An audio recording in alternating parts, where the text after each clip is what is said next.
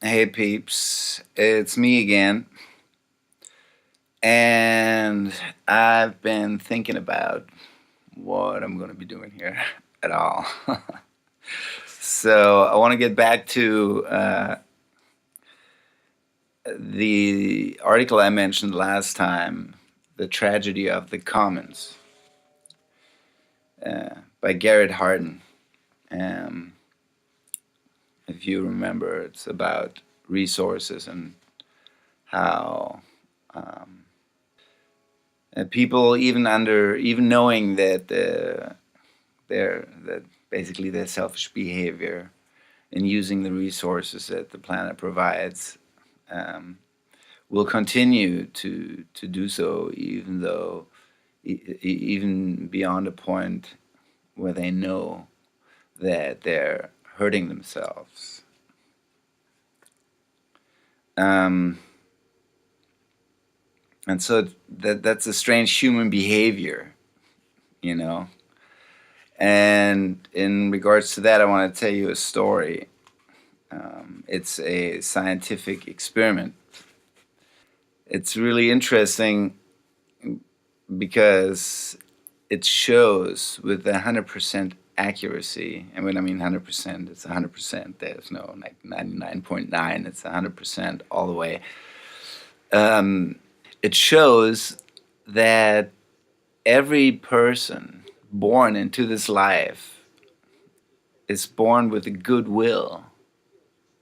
So there are no evil people born. That's a myth. And has been scientifically proven. And that's what I want to talk about this experiment. It's because it also shows to what degree our environment shapes us, and the fact that we choose how we want to be. And so I always say, do we want to be the green figure or do we want to be the blue figure? And so that you can understand this better, what I'm throwing at you here right now, I will tell you the experiment. And it goes as follows. There were two sequences played to newborn babies. The first sequence is of a white stick figure walking up a hill, and a green stick figure that's helping it up the hill, the helpful green figure. And the second sequence is, again, a white figure walking up a hill, and on the top is a blue figure pushing it down. Not helpful and not very nice. And 2 weeks after these sequences were played to these new arrivals, as I like to call them, they presented two figures to these babies, to the same babies, a green one and a blue one. And now each baby, and it's 100%, all babies chose the green figure, all of them without exception, and they did this all over the place. There's a person, this is helpful, this is where I got it from. This is a professor, Dr. Gerald Hüther. He's a German professor, a bioneurologist. Okay, so he deals with the brain, you know, how the brain functions. And he also is interested in humanity, our society, you know, the behavior. If you look for him, there's interesting books by him. And he's easy to understand. And when you hear on YouTube, there's stuff too, but it's all in German. But he's a fantastic, fantastic guy. I mean, a very interesting story too. Easy to understand, and really seems like just an awesome dude. You know. So anyway, there, if you look for him, Gerald Hüther. I will write down his name in the description as well, and then you can look for him, and he talks about this, and you'll find interesting stuff too. Anyway, so there it is. A week later, all the babies picked the green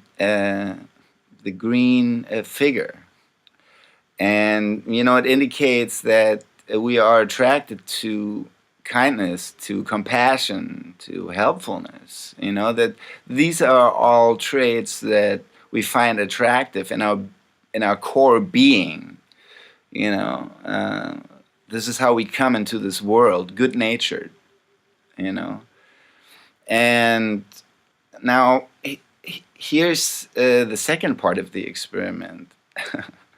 This is a kind of frightening, but it illustrates very well what state we're in as human beings, where our hearts and minds are, and we should take this insight, this newfound knowledge, and think about it, integrate it into our lives. But let me tell you first what happened a year later, after the initial presentation to the babies. A year later, they went to see all the same children again, and again presented a green and a blue figure. And after only a year, having been exposed to whatever environment each baby was in, 40% of all the babies chose the blue figure after only a year of having been in this life. That means that the children recognize that in this world, as it is today, as we have all participated in creating it, allowing it to be, you have to be a blue figure. And they did, and they chose the blue one, and they recognize that with the limited cognitive abilities that they have, just by observing, they recognize that by just seeing our behavior towards one another, they said, I don't want to be the green one. I want that's my nature, but I that looks like I'm bound for a hell ride, if I go good-natured through the world. And they recognize that instinctively, and that's frightening. Isn't that frightening? It's frightening the hell out of me, man. I'm just thinking, wow, how do you manage to do that? How do you manage to kill the good-natured spirit of humanity that lies at the core of each human being? How do you manage to kill that for 40% within the first year of life? And why, knowing this, why would we continue to do so and maintain the same environment, the same bad habits? And I'm guilty too, but I'm working on it. But we maintain all this. And at that point, each one of us comes into play. Who wants to make life harder than it has to be?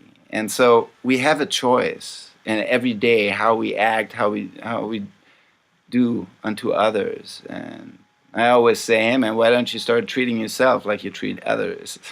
And maybe that'll bring you down to a place where we can find a common ground, because I think it should be obvious to pretty much anybody at this point, if you look back in the history or whatever,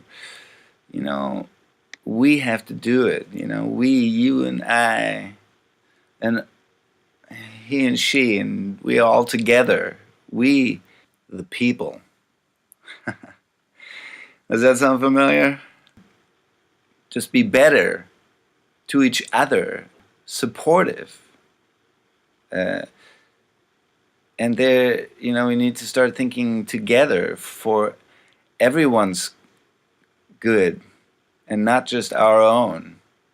And that's really, in my opinion, where everything starts. Only out of this can, a really beautiful world arise. And there's so many things just waiting, but we need the inner conviction. We need the right paradigm, and we need to think as a human family, which is a really great concept to think about every day when you go, and even if you have difficulties with people, but they're still your brothers and sisters, or your family, part of the human family. This is what connects us as we're floating through this universe, on this ball, and there's no place really for us to go. I mean, sure, we can and we will and we should explore, but let's try and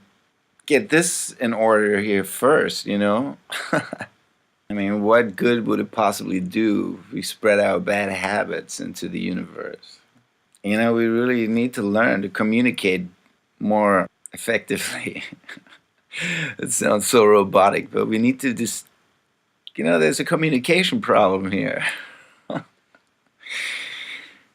So let's just look at the facts and see what we can do. All the beautiful consumer products, man, they all come from this earth.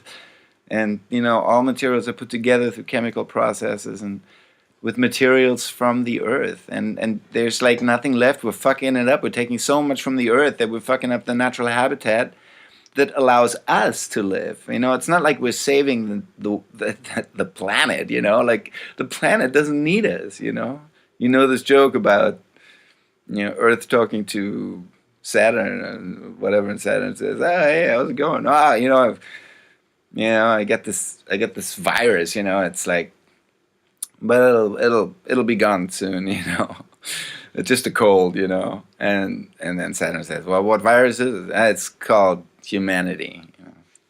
Anyway, it's like, let's not do it, man. We don't have to do it. And it's really each one of us, how we treat each other. It's just, if you really come down to it all, that's where everything starts. Everything's built on that, With certain values. We used to have values that we used to see the sense in why we had these values. This is, we had these values because they, all these ideas, ideologies, they promote peace and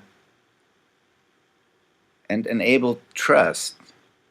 And trust is always so important for peace.